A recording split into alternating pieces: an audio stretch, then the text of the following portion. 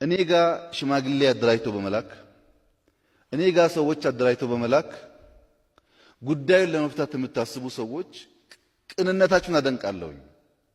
በሽምግልና ላይ ሲፈልግ የሚፈታ ሲፈልግ የሚታሰር ከሆነ ምን ያደርጋል ዲሞክራሲ? ቲክቶከሩ አዶናይ ከእስር ተለቀቀ። ማስተር አብነት ዋሽቶናል። ማስተር አብነት አታሎናል። አይደለም እናንተ ለምታውቁት እኛ ጓደኞቹ የቅርብ ወዳጆቹ ለሆኑ ሰዎችም ዋሽቶናል። በርካቶችን ከወደቁበት ሲያነሳ ለተቸገሩት ሲደርስ እንባቸውን ሲጠርግ የምናውቀው ማስተር አብነት ታምም ያለው ጸልዩልኝ እያለ ይገኛል።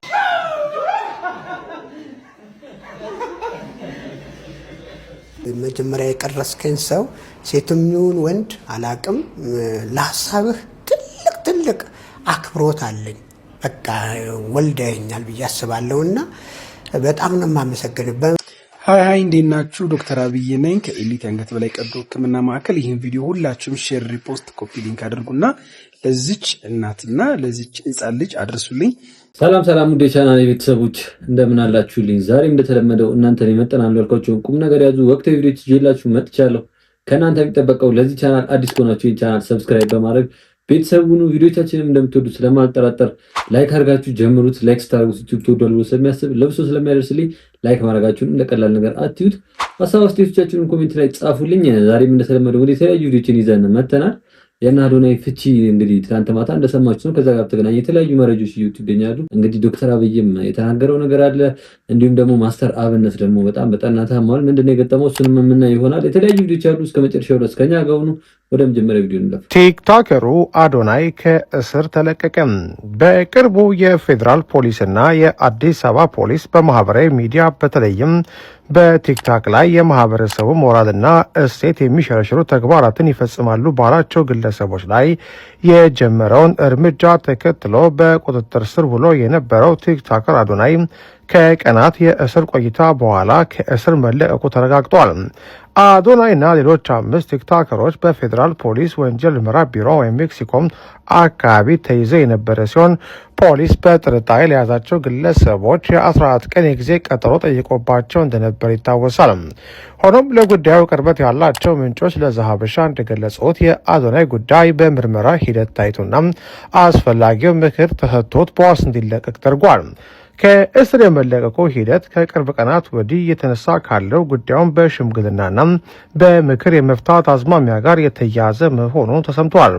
ከዚህ ቀደም በተመሳሳይ ጉዳይ ተይዘው የነበሩ አንዳንድ ግለሰቦች ይዘቶቻቸው በማስተካከልና ይቅርታ መጠየቅ እንዲሁም የማህበረሰቡ መልካም እሴቶች የሚያስተዋውቁ ስራዎቻቸውን ለመስራት በመስማማት ከክስ ነጻ ሲሆኑ እንደነበር ከዚህ ቀደም በሌላኛዋ ቲክቶከር ጃኒ ላይ የደረሰው የድሬዳው ክስ ማሳያ ነው። የአዶናይ መለቀቅ ተመሳሳይ ሂደት የተከተለ ሊሆን እንደሚችል አስተያየት ሰጪዎች ለዘሀበሻ ይገልጻሉ።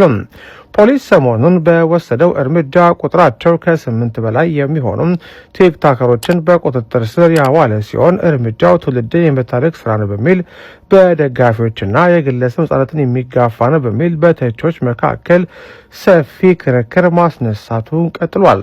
አዶናይ ከእስር መለቀቁን ተከትሎ ይህ ዜና እስከተሰራጨበት ጊዜ ድረስ በማህበራዊ ሚዲያ ገጾቹ ላይ እስካሁን በይፋ ያሰፈረው ነገር የለም።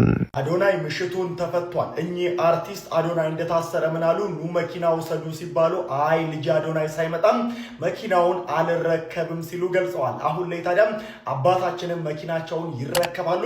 አዶናይም ወደ እናቱ ተቀላቅሏል። አዶናይ ብቻ ሳይሆን በላይቭ ጌሞቿ የምናውቃት ጃኒም እንግዲህ ወደ ቤቷ ገብታለች። እጅግ በጣም ደስ ይላል። መጀመሪያ የቀረስከኝ ሰው ሴትም ይሁን ወንድ አላቅም፣ ለሐሳብህ ትልቅ አክብሮት አለኝ። በቃ ወልደኛል ብዬ አስባለሁና በጣም ነው የማመሰግንህ። በመጀመሪያ ግን ተናድጄ ነበር፣ ይቅርታ አድርግልኝ። እኔም መዋሸት ስለማልወድ ምክንያቱም በዚህ እድሜ ለዋሻ አልፈልግም፣ ላመሰግንህም አልፈልግም። አሁን ግን እየገባኝ ሲመጣ ለእኔ የቆምክ ሰው ስለሆንክ በእውነት እባክህን ባገኝህ እንዴት አድርጌ እንደምስምህ ግንባርህን የኔ አስተዋይ ሰው እጅግ አብዝቼ አመሰግናለሁ። ስለ ሐሳብህ እግዚአብሔር ሐሳብህን ይክፈልህ፣ አስበልጦ አንተ ያሰብከውን ሳይሆን እሱ ያሰበውን ይክፈልህ ብዬ እንደው መልእክቴን የምታዳምጥ ከሆነ ይህን መልእክት አስተላልፋለሁ። ተባረክ የኔ ልጅ። ያው እንዳያችሁት ነው እንግዲህ ጋሽ ሰሌ እንግዲህ የአዶናይ ሳይፈታ መኪናውን አልወስድም ብለው ነበረ። እና አሁንም እንደሰማችሁት እንግዲህ ቪዲዮን የቀረጻቸውንም ሰው እያመሰገኑ ይገኛሉ። መጀመሪያ እንግዲህ ወደ ታክሲ ሲሳፈሩ ቪዲዮን የቀረጻቸው ሰው ነው እንግዲህ ለዚህ ሁሉ ደረጃ መኪናውን እንዲሸለሙ ትልቅ አስተዋጽኦ ያለው እሱንም አመስግነዋል። እሳቸውም እንግዲህ ያው እንግዲህ በጣም ትልቅ ነገር ይገባቸዋል። አዶናይ እስር ቤት ሆኖ እንግዲህ እሱ እዛው ሆኖ የመኪናውን አልወስድም ብለው ያው አዶናይ ተፈቷል። እንኳን ደስ አሉት። አዶናይም እንኳን ደስ አለ። አሁን መኪናውን ይወስዳሉ ማለት ነው። ቀጣይ ፕሮሰስ በአዶናይ ፍታት እንግዲህ በጣም ብዙ ሰዎች ደስታቸውን እየገለጹ ይገኛሉ። እስቲ የቤተሰቦቻቸውን ደስታ ነው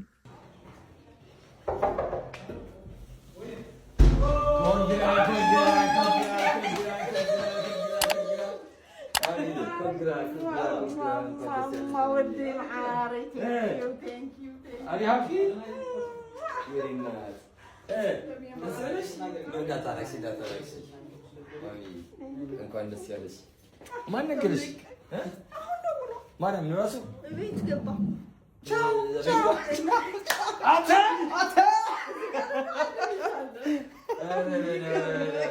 ደስታ ሁለት አዶናይ ቤታችን በረከት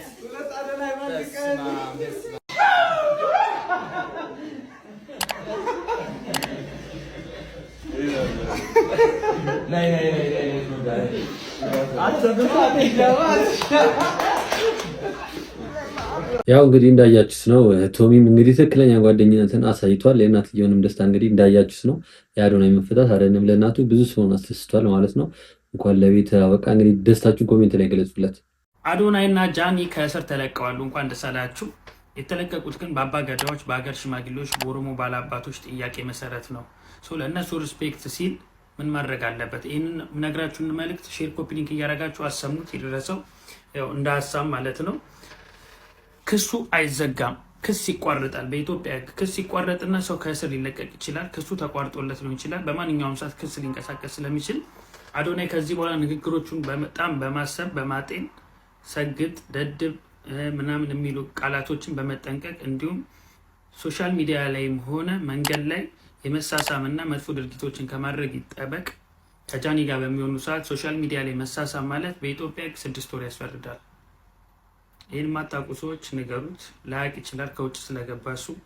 ይመቻችሁ፣ እንኳን ደስ አላችሁ። እኔ ጋር ሽማግሌ አደራጅቶ በመላክ እኔ ጋር ሰዎች አደራጅቶ በመላክ ጉዳዩን ለመፍታት የምታስቡ ሰዎች ቅንነታችሁን አደንቃለሁኝ። በሽምግልና እኔ ሲፈልግ የሚፈታ ሲፈልግ የሚታሰር ከሆነ ምን ያደርጋል ዴሞክራሲ? ካጠፋ የህግ ስርዓቱ ብቻ ነፃ ያደርገዋል ወይም ፍርደኛ ያደርገዋል እንጂ እኔ ጋር ሽማግሌ በመላክ የሚፈታ አድርጋችሁ የምታስቡ ኃይሎችም በዚሁ ብታስቡበት። አልችልም። እኔ ምህረትና ይቅርታ እንደ መንግስት የሚያሰጥ ጉዳይ የፍርድ ፕሮሰስ ካለቀ በኋላ በዚያ የሚታይ ከሆነ መንግስትን ምህረት አድርግ ይቅርታ አድርግ ሊባል ይችላል። በወንጀል ጉዳይ ላይ ያለን ሰው ግን እኔ ስፈልግ ይቅር እምል ስፈልግ የማስር ከሆነ አደገኛ ነገር ነው። ይህም ባይታሰብ ጥሩ ነው። ያው እንግዲህ እንደሰማችሁት ነው የዶክተር አብይንም ንግግር እንደሰማችሁት ነው ማለት ነው። በነገራችን ላይ በእርቅ የተፈታ ነገር በእርቅ ማለት ያው አንድ ሰው ጥፋት አጥፍቷል ማለት ነው። በእርቅ ነገሮች ሲፈቱ ጥፋት ያላጠፋ ሰው በእርቅ እንትን ሊል አይችልምና ጥፋት አጥፍቷል ማለት ነው። ያው አዶናይ እንግዲህ እርግጠኛ ነኝ ይሄን ነገር አታድርግ ይሄ ነገር ነው ያሳሰረ ብለው እንደሚነግሩት እርግጠኛ ነኝ።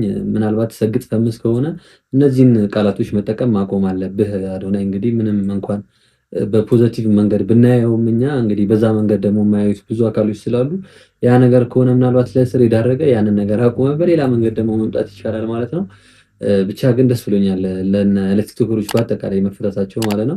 ግን ማን የተፈቱት የሚለውንና ማን የቀረው የሚለውን አዶናይ ውጪ ሌሎች ቲክቶከሮች እነማን ተፈቱ የሚለውን ስንመለከት እንግዲህ ናፒ ተፈቷል፣ የአዶናይ ካሜራማን እንደዚሁም ጃኒ ዩቲዩበሩ ተፈቷል፣ እንደዚሁም ጃኒ ተፈታለች። ሌሎችም ቲክቶከሮች እንደተፈቱ ነው የተገለጸው። ኢቫን ኢንድሪስ ጉዳይ ግን አልታወቀም። እስካሁን ትፈታ ትለቀቅ የታወቀ ነገር የለም። ነገር ግን እሱ አሁንም በእስር ላይ እንዳለች ነው አንዳንዶች እየገለጹ ያሉት። ያው እንደሰማችሁ ነው እንግዲህ አብዛኛው በሚባል ደረጃ ቲክቶከሮች ተፈተዋሉ። ኢቫን አልተፈታችም። ያው ሲመስለኝ ኢቫን ያልተፈታችበት ምክንያት ቲክቶክ ክሬቲቭ አዋርድ በኋላ ኢንተርቪው ተደርጋ ነበር። በዛም ላይ የሰጠችው ምላሽ ይመስለኛል ይቅርታ አልጠይቅም መብቴ ነው ማድረግ ያለብኝን ነገር ነው ያደረኩት። እኔ ዘመናዊ ቤተሰብ ነው ያለኝ፣ እኔ ለልጆቼም ዘመናዊ እናት ነው መሆነው ምናምን ነገር፣ ስለዛ ትክክለኛ ነገር ነው ያደረኩት ብላ ነበረ ማለት ነው። ምናልባት ያ ሳይሆን አይቀርም ያልተፈታችበት ምክንያት ማለት ነው። ምክንያቱም የተለያዩ ቲክቶከሮች ከዛ በኋላ ጫና ሲበዛባቸው ወጥተው ይቅርታ ጠይቀው ትክክል እንዳልሆነ ትክክልም ቢሆን ደግሞ ህዝቡ ካልተቀበለው ማድረግ እንደሌለባቸው አምነው ምናምን ሲናገሩ ነበር። እሷ ግን የሰጠችው ምላሽ ሌላ ነው ማለት ነው። ሶሻል ሚዲያ ላይ ከህዝብ ውጭ መሆን አይቻልም። ምክንያቱም ያለ ህዝብ የትም አይደርስም። ሶሻል ሚዲያ ላይ አብዛኛው ነገር ያለ ህዝብ ምንም ነገር የሚኮን ነገር አይደለም። ግን ሶሻል ሚዲያ ደግሞ ከሁሉም ያለ ህዝብ ምንም ነገር የሚሆን ነገር አይደለምና ከህዝብ ውጪ መሆን ጎጂ ነው። ያ ነገር የጉዳት ይመስለኛል። በዚህ ሰዓት እጅግ መልካም ዜና ተሰምቷል። ሁላችሁም ዶክተር አብይን እናመሰግናለን በሉት። የኮሜዲያን ወንደሰን አውራሪስን ልጅም ሙሉ የሕክምና ወጪዋ በርካቶቻችሁ የምታውቁት ዶክተር አብይ ታደሰ ታዳጊዋን ሙሉ በሙሉ አሳክማታለሁ ሲል እንግዲህ ቃል ገብቷል። በቅርቡ አባቷን ኮሜዲያን ወንደሰን አውራሪስን ያጣችውና በከፍተኛ የአንገት አተነፋፈስ ችግር የምትሰቃየው ታዳጊ ህፃን ሙሉ የህክምና ወጪዋን ቀዶ ህክምና ሰርጀሪ እንደሚሸፍን እንግዲህ ተገልጿል። ይህ ሰብአዊነት የተሞላበት ውሳኔ ያስተላለፈው ወጣቱ የህክምና ባለሙያ ዶክተር አብይ ታደሰ ነው። ይህ ታላቅ ውሳኔ ታዳጊዋ አባቷን በሞት ካጣች ከ3 ቀናት በኋላ የእናቷ ጋር ከቀበሌ ቤትም መባረሯ ከተዘገበ በኋላ የመጣ መልካም ዜና በመሆኑ ከፍተኛ ምስጋና አስተርፎለታል። ዶክተር አብይ ታደሰ ህፃናትን በመርዳት የሚታወቅ ክብር የሚገባው የህክምና ባለሙያ ጭምር ነው። ሃይ እንዴት ናችሁ? ዶክተር አብይ ነኝ ከኤሊት አንገት በላይ ቀዶ ህክምና ማዕከል። ይህን ቪዲዮ ሁላችሁም ሼር፣ ሪፖስት፣ ኮፒ ሊንክ አድርጉና ለዚች እናትና ለዚች ህፃን ልጅ አድርሱልኝ። ብዙዎቻችሁ ሰይፉ ኢንተርቪው ላይ የቀረበችው ልጅ አይታችኋል። በቅርቡ እንግዲህ አባቷ ያረፈው ማለት ነው። የምንወደው በጣም መልካም አርቲስት ነበረ፣ ኮሜዲያን ማለት ነው። እንግዲህ እዛ ቪዲዮ ላይ እንደሰማችሁት ሆስፒታል ጋር ቀጠሮ ይዛ እንደነበርና ቀጠሮ አደርሷት ነበር። ግን አጋጣሚ ይሄ አይነት ዱብዳ እንዳጋጠማቸውና እንዳለፋቸው ቀጠሮ ነበር የተናገረችው። ያው የሚሰራ ኦፕሬሽን ነገር ነበራት። ስለዚህ እንዳጋጣሚ ሆኖ ይሄ አይነት ዱብዳ አጋጠማቸው። እውነት ለመናገር የሰይፉ ላይ የነበረውን ኢንተርቪው ሳይ ልጅቱ በጣም የምታሳዝን በቃ አይኗ ቁልጭ ቁልጭ እያለ በጣም ተጨንቃ ነበርና እኔ በጣም ነው ውስጤ እየተሰማኝ ያዘንኩት። ሰይፉም እንግዲህ እኔንም አውርቶኛል።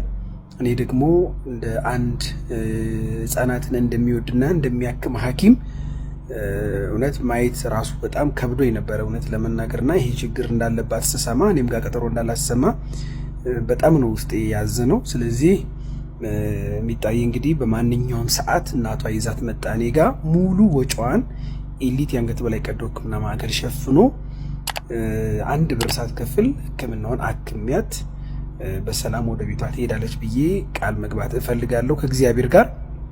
እንግዲህ ይህን ቪዲዮ ለሁላችሁም አድርሱልኝ። ለዚች ምስኪን የሆነች እናት በማንኛውም ሰዓት በሚመቻት ጊዜ መምጣት ትችላለች። በሰይፉ በኩል በእርግጥ ማግኘት የምችል ይመስለኛል። እንግዲህ ኮንታክቷን ወይም ስልኳን ወስጄ ይቅርታ እንግዲህ ትንሽ ስለደከመኝ ነው ይሄንም ራሱ እንትን ያለው። እንግዲህ ሰይፉም ኦፊሻሊ ነው የጠየቀኝ። ስለዚህ እኔም ኦፊሻሊ ጥያቄህን ተቀብዬ ሚሚዬን በምችለው አቅም በሙሉ አግዤ ከፈጣሪ ጋር ከዚህ ችግር የምትላቀቅበትን መንገድ አመቻቻለሁ ብዬ መናገር ፈልጋለሁ። ሁላችሁንም በጣም ነው ማመሰግናችሁ፣ በጣም ነው መወዳችሁ። ዶክተር አብይ ነኝ ከኤሊት የአንገት በላይ ቀዶ ህክምና ማዕከል። ደህና ደሩ። ያው እንደሰማችሁት ነው እንግዲህ ከሰሞኑ እንግዲህ አባቷን አታ ለህክምና ዶክተር አብይ ጋር በምቀርብበት ቀን ነው አባቷን ያጣችው። ሰይፉ ጋር ቀርባ እንግዲህ ሰይፉ ዶክተር አብይን አናግርልሻለሁ ብሏት ነበረ። ዶክተር አብይን ሰይፉም ሳያናግር ሶሻል ሚዲያ ላይ አይቶ እንግዲህ ኢትዮጵያዊነት ይሄ ነው ማለት ነው፣ እኛ ወጪ ሸፍነን እናሳክምሻለን ብሏታማ ነው። በጣም ደስ የሚልና የሚበረታታ የሚደገፍ ተግባር ነው። ማስተር አብነት ዋሽቶናል። ማስተር አብነት አታሎናል። አይደለም እናንተ ለምታውቁት እኛ ጓደኞቹ የቅርብ ወዳጆቹ ለሆኑ ሰዎችም ዋሽቶናል። ይህንንም ነገር ከሱ የምጠብቀው ጉዳይ አልነበረም። እስካሁን ድረስም ይህንን አለማየቴ ያበሳጨኛል፣ ያናደኛል። ስንቶቻችሁ ማስተር አብነት በብዙ ህመምና በብዙ ስቃይ ውስጥ ሆኖ እናቶችን ሲረዳ ሲያግዝ አይታችሁታል። ብዙ ጊዜ የህመም ስቃይ ውስጥ ሆኖ እንደታመመ አንድ ቀንም ነግሮን አያውቅም። በሚዘዋወርባቸው የገጠር አካባቢዎች መኪና ውስጥ ፍራሽ አንጥፎ እንደሚተኛ ቅርብ ጊዜ ነው እኔም የደረስኩበት። በርካቶችን ከወደቁበት ሲያነሳ ለተቸገሩት ሲደርስ እንባቸውን ሲጠርግ የምናውቀው ማስተር አብነት ታምም ያለው ጸልዩልኝ እያለ ይገኛል። ላይብ ላይ ቁጭ ብሎ ለሌሎች ለታመሙት ገንዘብ ሲያሰባስብ እሱ ግን መቀመጥ እንኳን እስካይችል ድረስ በሚያደርሰው ህመም ውስጡ ነው ተኝቶ ሲያደርገው እንደነበርም ገልጿል። እኔ ህመሜንና ችግሬን አውጥቼ በመናገር ሰዎችን ማስጨነቅ አልፈልግም፣ ነገር ግን ስጋ መደበቅ አይችልምና ሰውነቴ ላይ እስኪታወቅ ድረስ ታምም ያለው በመሆኑም ውጭ ሀገር ሂጄ ልታከም ነው ሲል ተናግሯል። ደጉ ትሁቱና የመልካምነት ማሳያው ማስተር አብነት በዚህ ሰዓት ታዲያ የኢትዮጵያ ሕዝብ እንዲጸልይለት ጥሪውን አቅርቧል። ያው እንደሰማችሁት ነው እንግዲህ ማስተር አብነት በጠና ታሟል ማለት ነው። ለብዙዎች ሲደርስ ለታመሙ ለተቸገሩ ሰዎች ሲደርስ የምናውቀው ነው በሶሻል ሚዲያ ላይ። ግን አሁን ራሱ ታሞ የራሱን እመም እንግዲህ ግን ለህዝብ ማስጨነቅ አልፈልግም ብሎ ደብቆ እስካሁን ድረስ የቆየ ሰው ነው። እንደዚህ መሆን አለበት ብዬ ግን አላስብም። በጣም ትክክል አይደለም የሰራኸው። የአንተ መጎዳት ብዙ ሰዎችን ይጎዳል። አንተ ማጣት በጣም ብዙ ሰዎችን በጣም ብዙ ሊረዱ የሚችሉ ሰዎችን ያሳጣል እና እንደዚህ መሆን አልነበረበትም። ሆነም ቀረ አሁንም ወደ ውጭ ሄዶ ሕክምና እንዳለው እንግዲህ በአንድ ፖድካስት ላይ ተናግሮ ነበር ማለት ነው። በሰላም ሄዶ በሰላም ታክሞ በሰላም ተሽሎት እንዲመጣ እንግዲህ ሁላችሁ በየሃይማኖታችሁ ጸሎት አድርጉለት እና በዚህ አጋጣሚ አባገዳዎች ፕሊዝ አባገዳዎች የሃይማኖት አባቶችን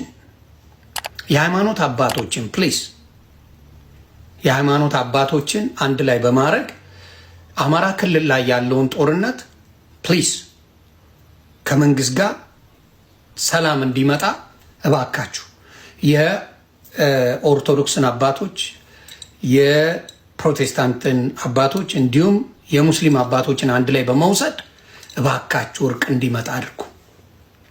በቃ አባገዳዎችን ክብር ሰጠው እኔ በእውነት ይሄን አድርጉ።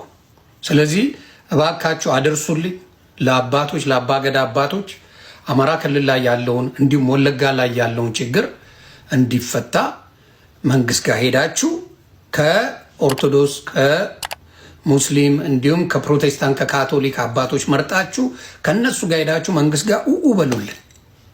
ሰላም ኢትዮጵያ ላይ ይምጣ፣ ሰላም ኢትዮጵያ ላይ ይምጣና ያንን አድርጉልን። አሁን የጀመራችሁት ነገር እጅግ የሚደነቅ ነው። ሌላው ምንም የሃይማኖት አባቶች አልገቡበትም፣ ትዝም አይላቸው። ስለዚህ አባገዳዎች መጥተው ይቅርታ ጠይቀው በእኛ ኃላፊነቱን እንወስዳለን ብለው ነው እነዚህን ልጆች ያስለቀቋቸው።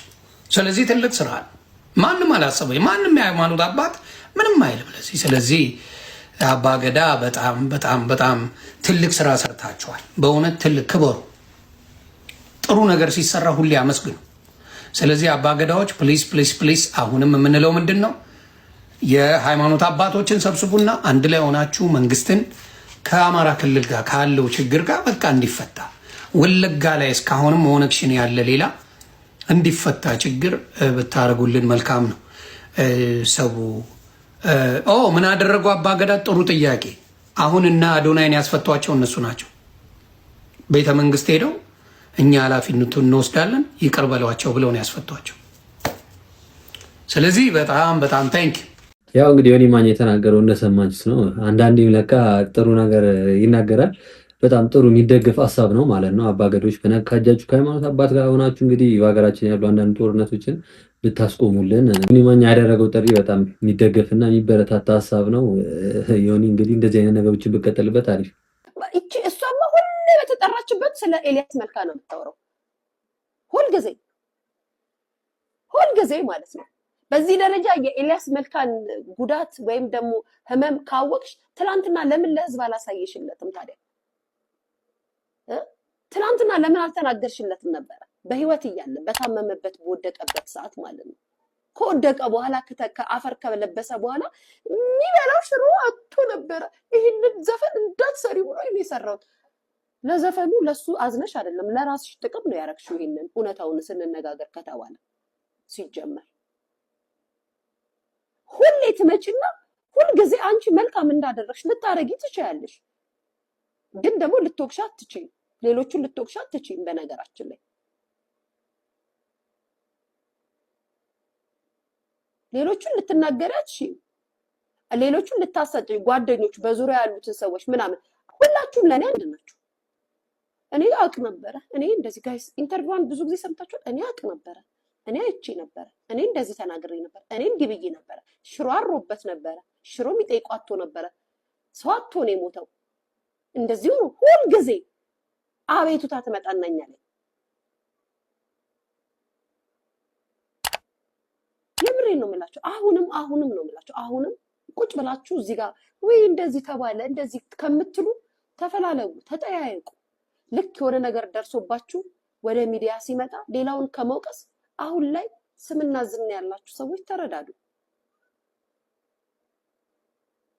አሁንም አሉ ብዙ በየገዳማት አሁንም አሉ በራቸውን ዘግተው ቤት ውስጥ የተቀመጡ ስምና ዝና ያላቸው ሰዎች ገንዘብ አጥተው ድምጻቸውን አጥፍተው የተቀመጡ የሚመለከታቸው ያጡ የሥራ ባልደረቦቻቸው አሉ በየቦታው። ያው እንግዲህ ሊያሹ የተናገረችውን እንደሰማችሁት ነው ማለት ነው።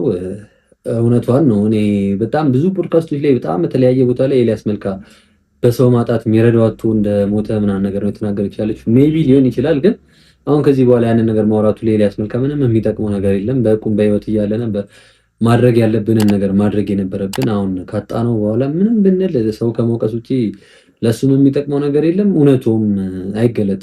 ስለዛ በቃ ኦልሬዲ አልፏል። አሁን በተለያዩ ፖድካስቶች ላይ ስለ ኤልያስ የሞተበትን ምክንያት ሳይሆን በቃ የሰራቸው ከአፈር በላይ የሚሆኑ ብዙ ስራዎች አሉና ስለሱ ብቻ ማውራት ነው እንጂ የሞተበትን ምክንያት የዚህን ያክል ማውራት አስፈላጊ ነው ብዬ አላስብም። እኔ የምላችሁ እንዴት ነው የዘንድሮ ሽማግሌዎች አዲስ ቤት ካልሆነ አንገባም ብለዋል እንዴ? ምንድነው ሁሉም ሽማግሌ የሚላክበት ቤት በጣም ጽድት ፍክት ያለ ቤት ነው። የእናትና የአባቶቻቸው ቤት ነው። ግን የዚህ ሁሉ ሴት ግራ እየገባኝ ነው እውነት። የሆነ አሮጌ ቤት ከሆነ አይሄዱም እንዴ ሽማግሌዎቹ? በዛ ላይ የድግሱ ብዛት ሰርግ እኮ ነው የሚመስለው። ሽምግልና ተብሎ የምትሄዱበት ቦታ ካስተዋላችሁ የሁሉም ሰው አዲስ ነው። ባትሄዱ እንኳን ተለቆ በየሶሻል ሚዲያው ተለቆ የምታዩት ቤት አዲስ ነው። ምንድን ነው ቆይ ቀርቶ ነው እናትና አባት ቤት መላክ ወይስ እናትና አባት ሁሉም ቤት አዲስ ቤት እየገዙ ምናምን ነው? ምንድን ነው የተፈጠረው? ያመለጠኝ ነገር አለ? ማንን ነው የምንሸውደው? ማገባውን ባል ከሆነ አብሮኝ ነው የሚኖረው። በስተመጨረሻ ወደ ቤታቸው ወደ እናትና አባቴ ቤት ይዤው መሄድ እስካልቀረ ድረስ የእናትና አባቴን ቤት ባስጌጥና ባሳምር የተሻለ ይሆናል ብዬ አስባለሁ። እንደኔ ነው እንግዲህ ያለውን ደግሞ ጀነሬሽን ጋፕም ኖሮ ከሆነ አስረዱኝ። በተለይ ይሄንን የምታረጉ ሰዎች እኔ የምር የዚህ የሽምግልና ጉዳይ በጣም ነው የሚገርመኝ ማለት ነው። እውነት ነው። በጣም የምናያቸው ሽምግልናዎች እንዳለ ፋንሲ የሆኑ ቤቶች ፋንሲ የሆነ ሽምግልና ምናምን ነገር ነው የምናየው እና እንዴት ነው እኔ ወይ ድሃው እያገባ አይደለም ወር ደግሞ ሽምግልና የሚላክላቸው ሰዎች የሰው ቤት ያጎት ያክስት ምናምን ቤት እየሄዱ ነው ሽምግልና እያስላኩ ያሉት እንጂ ሁሉም ኢትዮጵያ ውስጥ እንግዲህ አብዛኛው 95% ድሃ እንደሆነ ነው የምናውቀውና በጣም ግራ ስላጋባኝ ነው። እስቲ የምታውቁ ሰዎች ኮሜንት ላይ ያሳውቁኝ። ለማንኛውም ውድ የቻናሌ ቤተሰቦች ለዛሬ ይዤላችሁ የመጣችሁ ቪዲዮዎች እነዚህ ነበሩ። ቁም ነገር እንደጨበጣችሁባቸው አልጠራጠርም። እስካሁን ድረስ ሰብስክራይብ ሳታደርጉ ቤተሰብ ካልሆናችሁ ሰብስክራይብ በማድረግ ቤተሰቡን ቪዲዮቻችንንም ላይክ አድርጉ። ሀሳብ አስተያየቶቻችንን ኮሜንት ላይ ጻፉልን። በቀጣይ በተለያዩ ቪዲዮዎች ተመልሰንላችሁ እንመጣለን። እስከዛው ድረስ ይመቻችሁ። ባይ